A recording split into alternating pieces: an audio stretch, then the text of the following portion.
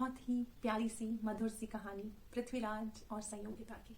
दिल्ली की राजगद्दी पर बैठने वाले अंतिम हिंदू शासक और भारत के महान योद्धाओं में शामिल एक नाम पृथ्वीराज चौहान, जिसने अपने बचपन में ही शेर का जबड़ा फाड़ दिया था और अपनी आंखें खोने के बावजूद मोहम्मद गौरी को शब्द भेदी बाणों से चारों खाने चित कर मृत्युशैया पर लेटा दिया था। ये सब जानते हैं उस वीर योद्धा की कहानी, किंतु बहुत कम लोग ऐसे जानते हैं कि वो एक प्रेमी भी था। जैसे ही दिल्ली की राजगद्दी पर शासक बने पृथ्वीराज को संयोगिता की खूबसूरती का पता चला, उन्हें उनसे प्यार हो गया।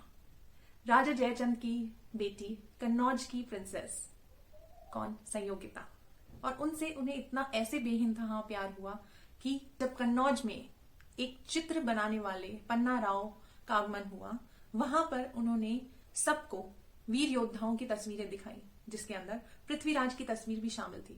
उन्हें देखते ही वहां की सारी कन्याएं फिदा हो गईं, उनकी खूबसूरती की और उनके पराक्रम की। जब संयोगिता ने गाथाएं सुनी तो उन्हें उनसे मोहब्बत हो गई। इसी तरह पन्ना राव जब दिल्ली गए, वहां पर उन्होंने पृथ्वीराज चौहान को संयोगिता की खूबसूरती बिखेरती हुई तस्वीर दिखाई।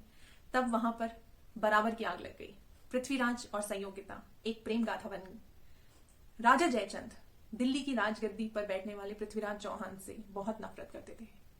उन्हें नीचा दिखाने के लिए जब संयोगिता का स्वयंवर किया गया तो आमंत्रित नहीं किया गया, और तो और उनका इतना अपमान करने के लिए उनकी एक मूर्ति को द्वारपाल की जगह दे दी गई और द्वारपाल की जगह उनकी मूर्ति को स्थापित कर दिया गया ताकि उनका अपमान हो सके।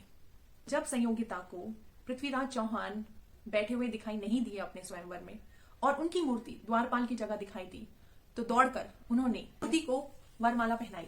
किंतु पृथ्वीराज चौहान की मोहब्बत देखिए, वो मूर्ति के पीछे ही छुपे हुए थे और जैसे ही वरमाला मूर्ति पर आने लगी, उन्होंने आगे होकर संयोगिता की मोहब्बत को वरमाला के रूप में पहन लिया और वो संयोगिता को लेकर दौड़ चले अपनी दिल्ली की तरफ। स्वयंवर से संयोगिता और पृथ्वीराज के भाग जाने से आग बबूला हुए जयचंद ने मोहम्मद गौरी से दोस्ती कर ली।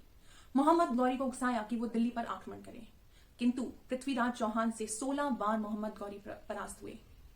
7वीं बार मोहम्मद गौरी ने जीत हासिल की। अपने अपमान का बदला लेने के लिए पृथ्वीराज चौहान पर बहुत सारी यातनाएं की गई। उनकी आंखें गरम गरम सलाखों से फोड़ दी गई और अंततः जब मोहम्मद गौरी ने पृथ्वीराज चौहान को मृत्यु की सजा देने का फैसला किया, उन्हीं के महल के एक कवि चंद्र बरदाई ने उन्हें पृथ्वीराज चौहान के कला के बारे में बताया। उन्होंने कहा कि पृथ्वीराज चौहान शब्द भेदी बाण चलाने में महारत हासिल है। उसी का और अपमान करने के लिए मोहम्मद गौरी ने उसे अपने महल में बुलाया और कहा, शुरू हो जाओ।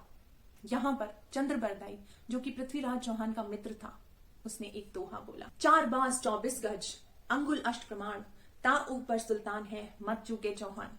तभी अचूक शब्द भेदी बाण से पृथ्वीराज चौहान ने मोहम्मद गौरी का सर कलम कर दिया। यहाँ पर मोहम्मद गौरी के सोल्जर्स जो थे, उन्होंने उन पर आक्रमण करना उचित समझा। पृथ्वीराज चौहान ने और चंद्र बरदाई ने आपस में एक दूसरे को बाण मारे ताकि उन्हें वो लोग पकड़ ना सके, और यहाँ अंत हुआ पृथ्वीराज चौहान का।